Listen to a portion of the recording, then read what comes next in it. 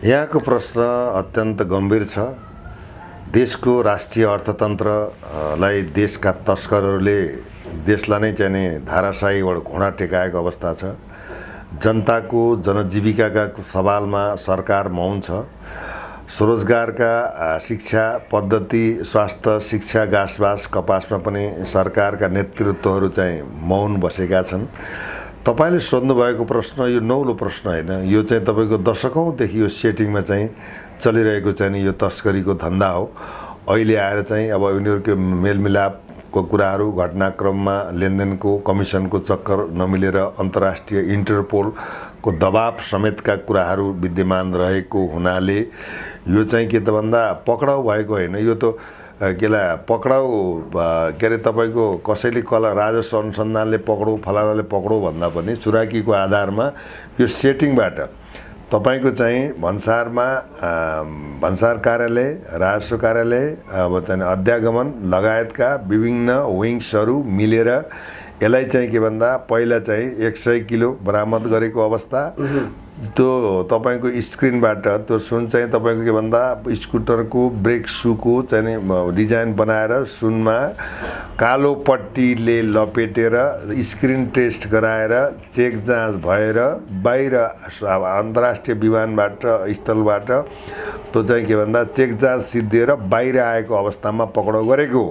राजस्व अनुसन्धानले अध्यागमनले पक्राउ भित्रै पक्राउ गरेर यो राजस्व चाहिँ जम्मा गरेको भए त स्याबासी दिन्थे, पछि कुरा नमिलेर यो चाहिँ बिचमा द्वन्द्व भएर चाहिँ पक्राउ गरेको अवस्था हो। यो त यो सेटिङ भएर निस्केको या त उच्च कर्मचारी र विशेष गरी राजनैतिक संरक्षणमा, राजनैतिक आवरणमा विगत लामो समयदेखि विशेषतः मूल जब चाहिँ डेमोक्रेसी भन्ने नेपालमा भनौँ बीजारोपण भयो, प्रजातान्त्रिक विकास भयो, त्यसै गरी चाहिँ हुँदै गर्दा तपाईको चाहिँ देशका नदी, नाला, कल, कारखाना यावत कुराहरू महाकाली सन्धि समेतबाट देशलाई चाहिँ बेचियो। देशका नदी नालाहरू इन्डियाको कब्जामा भयो।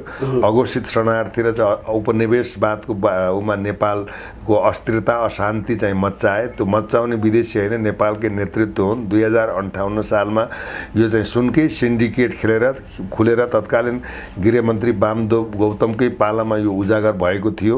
No tax, no VAT, no inquiry, no investigation, no arrest, खुलेआम चाहिँ तपाईको यस्ता चाहिँ हजारौं हजार क्विन्टल सुन चाहिँ नेपालमा गोदाम बनाएर यहाँबाट भारत लगायतका विभिन्न ठाउँको देशहरूमा सप्लाई गर्ने काम भएको अवस्थालाई अस्ति मात्रै तपाईको विगत वर्षमा 33 किलो सुनको चाहिँ एउटा गोरे भन्नेलाई पक्राउ गरेर जेल हालियो। एकजना मान्छे मर्यो। त्यसमा चाहिँ उच्च राजनीतिक व्यक्तित्वको संरक्षण रहेको यथार्थ सत्य पनि हो। प्रहरीलाई अनुसन्धान गर्न नदिएको र रोकिएको अवस्था पनि हो।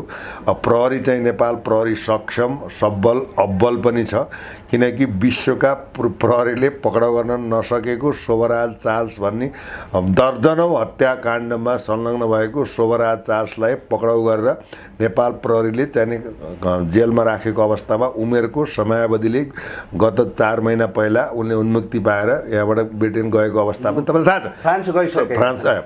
फ्रान्स गइसकेको अवस्था पनि यहाँलाई थाहा छ। भनेपछि के त भन्दाखेरि यो चाहिँ प्रक्रिया नौलो होइन। यो त के भन्दा दिनादिन, यो त प्रत्येक दिन तपाईको चाहिँ अब बनाउ यो चाहिँ तातो पानीबाट तपाईको चाहिँ चिनकोबाट तातो पानी यता उत्तरी चिनकोबाट चाहिँ तपाईको चाहिँ केरुङबाट हैन, यो चाहिँ त्रिभुवन अन्तर्राष्ट्रिय विमानस्थलबाट यो त दिनानुदिन यस्ता चाहिँ सयौं किलो सेटिङमा चाहिँ आइरहेको छ।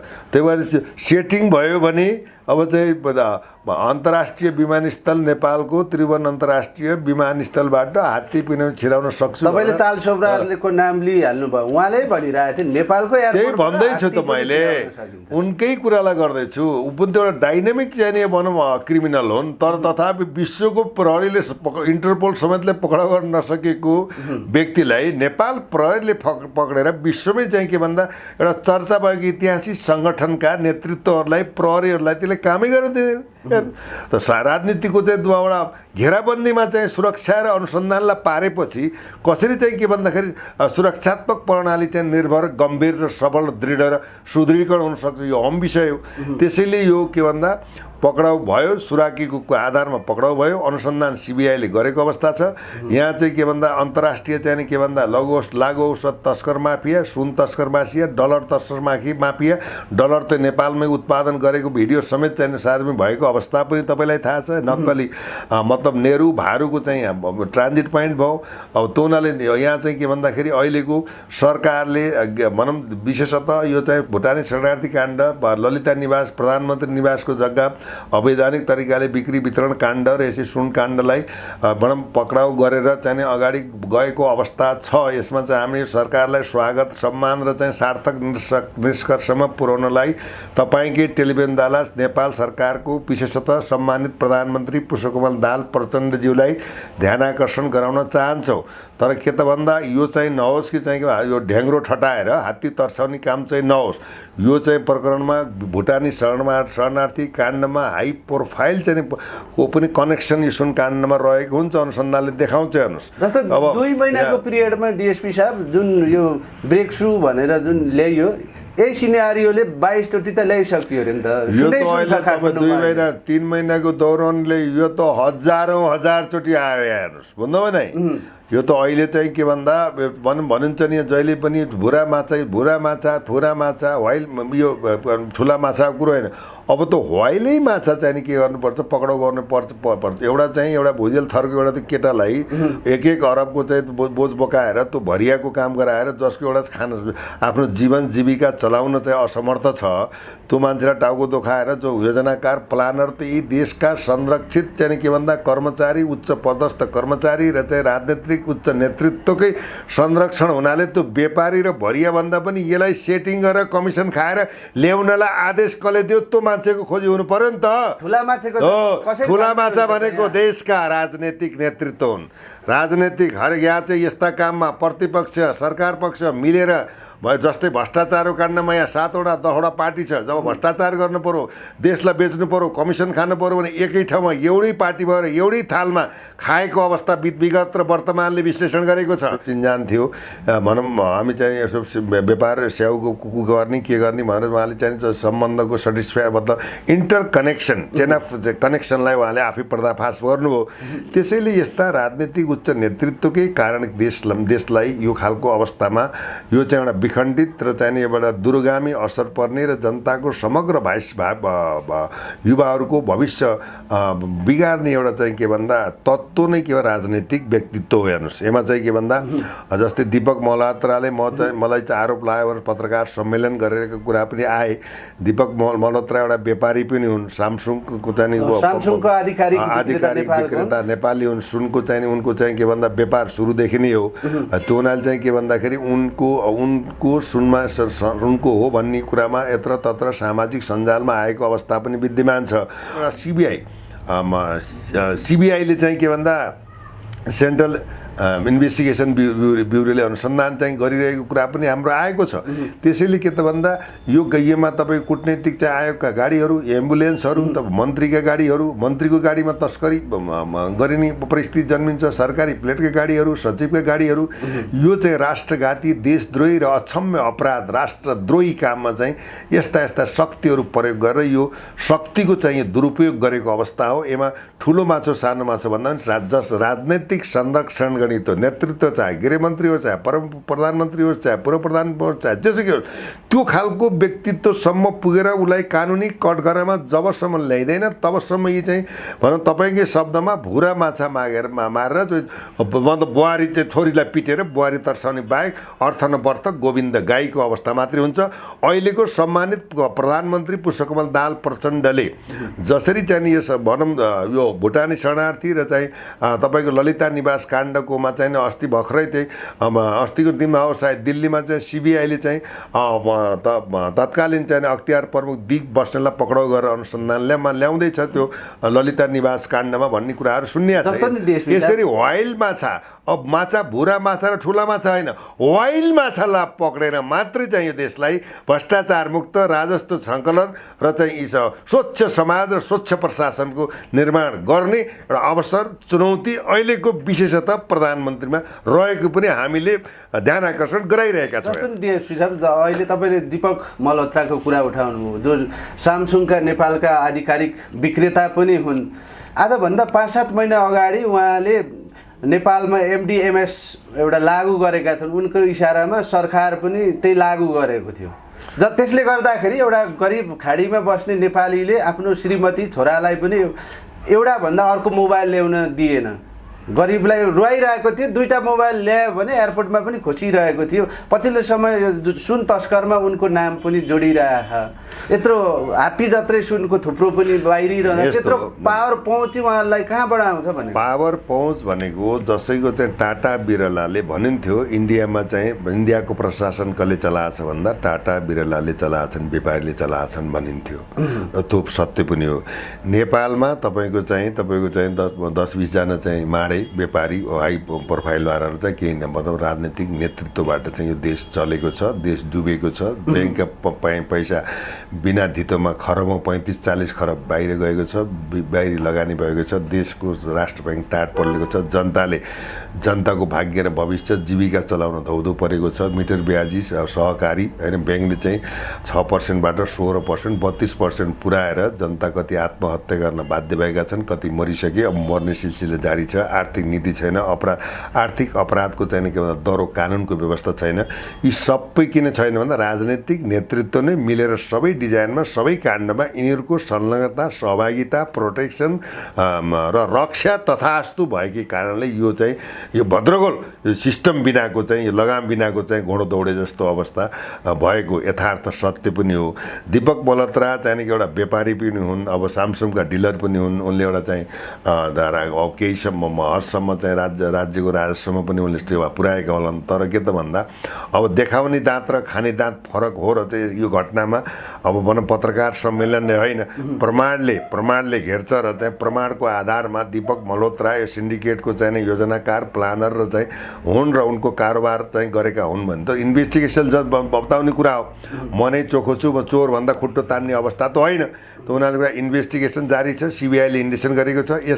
यसमा सिबिआईकै चाहिँ के भन्दा उच्च स्तरीय अनुसन्धान आयोग गठन गरेर अगाडि बढ्नुपर्छ भन्ने हाम्रो मान्यता पनि हो। यसमा चाहिँ के भन्दाखेरि जसरी अहिले चाहिँ यो पक्राउ भएर हाइगुजी भएको छ, यो सामान्य परिणाम हो। यस्ता हजार क्विन्टल चाहिँ आएका छन्, गएका छन्, सेटिङ मिलेका छन्।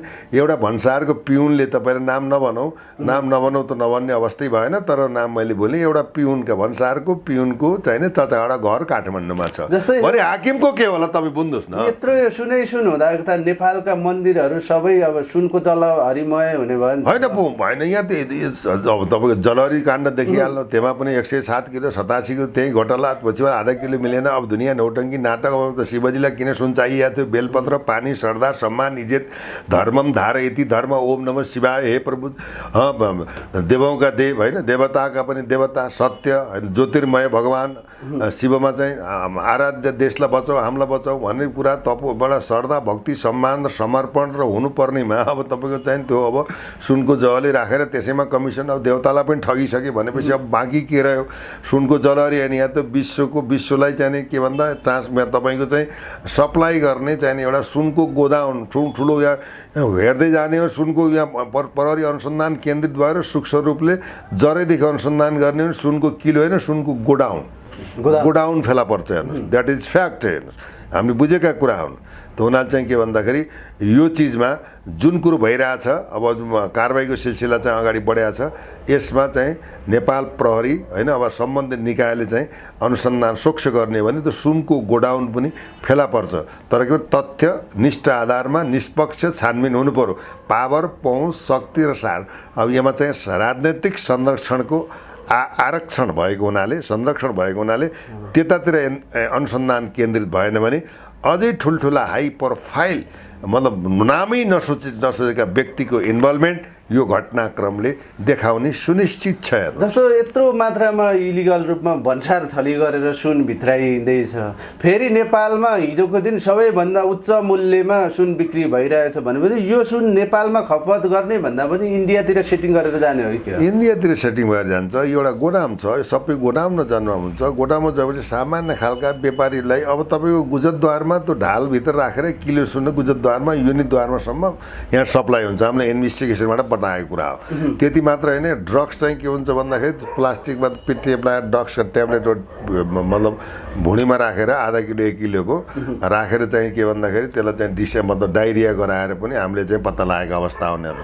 तर नेपाल एक प्रकारको के भइरहेछ भन्दाखेरि लागु औषध तस्करीको माफिया चाहिँ एजेन्सी, सुन तस्करी, डलर तस्करी होइन, यी सब चाहिँ के भन्दा मानव तस्करी।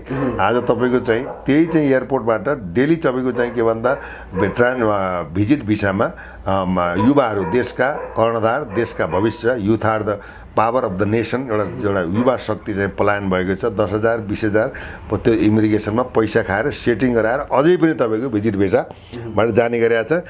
अब भनौँ एउटा सूचना पाए अनुसार चाहिँ अस्ति चाहिँ गृह मन्त्रालयबाट 150 जना मान्छेहरू शङ्कास्पद जान लाग्यो, भिजिटरलाई पनि के हो फिर्ता गरौँ भन्ने कुराहरू पनि आएछन्। त्यो कहाँसम्म सत्य हो? त्यसैले जबसम्म तपाईँ के मान्छ भने देशको चाहिँ प्रशासक, देशको चाहिँ राजनैतिक नेतृत्व निष्ठावान, चरित्रवान, भ्रष्टाचार मुक्त र चाहिँ एउटा नैतिकवान र देशभक्त हुँदैन तबसम्म यस्ता श्रृङ्खलाहरूले जन्म लिँदै जान्छन्। त्यसैले अब यी पटक पटक जनताबाट चाहिँ विजय भएका, जनतालाई ठगेका, राष्ट्रलाई लुटेका टेस्टेड अनुहारबाट देश बन्दैन।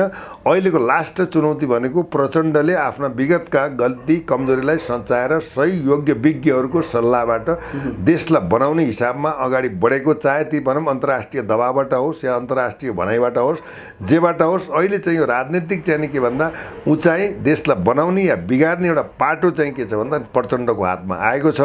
उनलाई अब कुनै शक्तिले चाहिँ अब यिनले बदमासी गरेनन्, जस्तै मलाई प्रधानमन्त्री प्रीतमजीले भन्नुभयो भन्दा हिँडेनन्, संयमता अपनाए होइन, विवेकता पूर्ण गरे, राष्ट्रभक्तिको प्रदर्शन भए, विदेशी घोटालाबाट टाढा रहे र रहेर चाहिँ त्यसलाई गर्न चाह्यो भने अहिलेको सिनारी चाहिँ प्रचण्डको हातमा छ।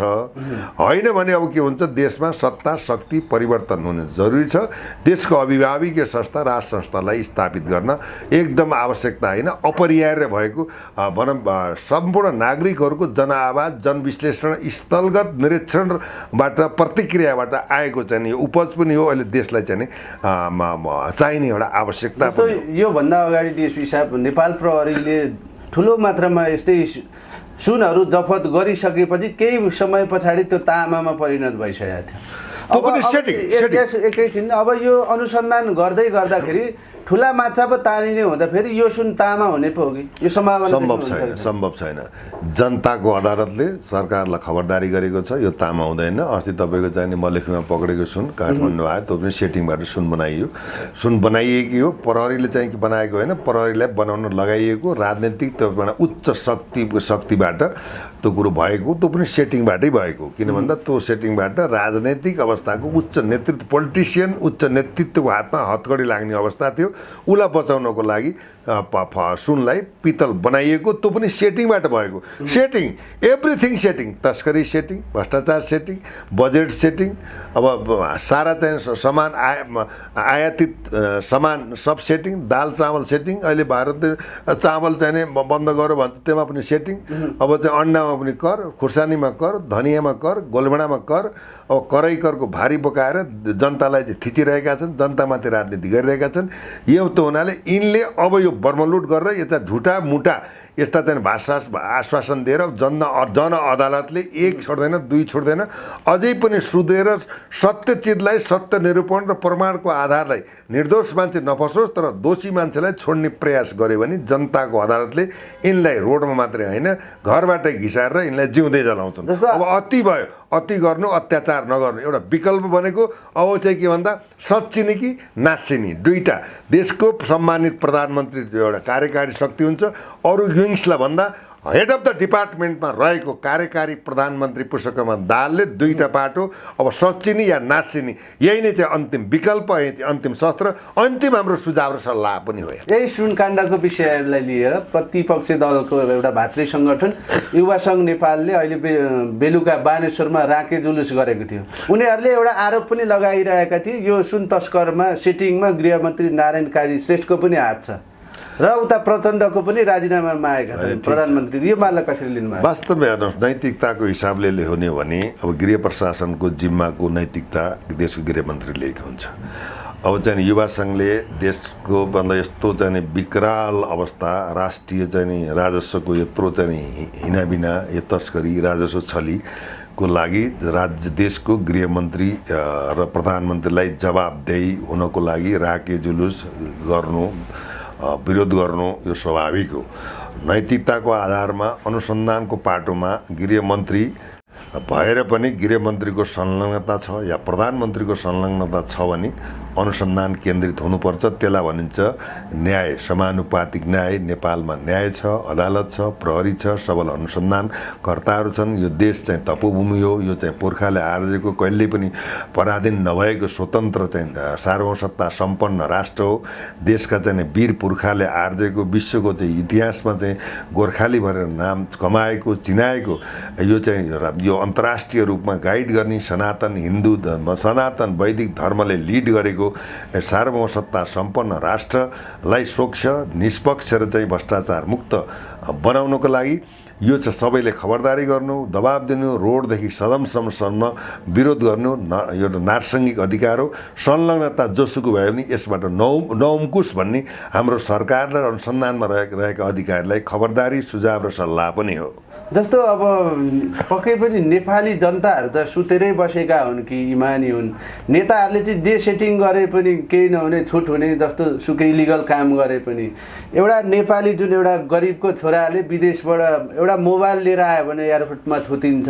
यी नेताहरूले हात्ती जत्रो सुन ल्याउँदा पनि सेटिङमा छिराउँछन् भनेपछि नेपाली जनताहरू सुतेरै बस्ने कि जाग्ने बेला आयो अन्तिममा छौँ हामी। होइन, अन्तिममा के छ भन्दाखेरि अब वीर गोर्खालीका सन्तान हो। देश नै सङ्कटमा पर्दाखेरि अब उठ्नुपर्छ, जाग्नुपर्छ। यस्ता चाहिँ यो पार्टीभन्दा माथि उठ्नुपर्छ। देश नरहे हामी कहाँ जाने। त्यसैले अब यो तस्करी, यो भनौँ अन्याय, अत्याचार, भ्रष्टाचार, नीतिगत भ्रष्टाचार, कर प्रणाली चाहिँ आज 22-23 विदेशी ऋणबाट लिएर थिलो परेको अवस्थालाई सबैले मध्यनजर राखेर देश यिनीहरूले चाहिँ यो राज्यमा रहेका शक्तिहरूले सठिक समयमा देशको आर्थिक व्यवस्था, शैक्षिक व्यवस्था, कृषि व्यवस्था, युवा स्वरोजगारको व्यवस्था, यावत भौगोलिक व्यवस्थालाई व्यवस्थापन गर्न नसकेमा अब चाहिँ के भन्दा ठुलो चाहिँ क्रान्ति हुन्छ। त्यो क्रान्तिले चाहिँ के हुन्छ, यतिको सत्ता, शक्ति, पावर, पद्धति र प्रणाली अवश्य पनि परिवर्तन हुन्छ। त्यो समयको चाहिँ ऊ छ।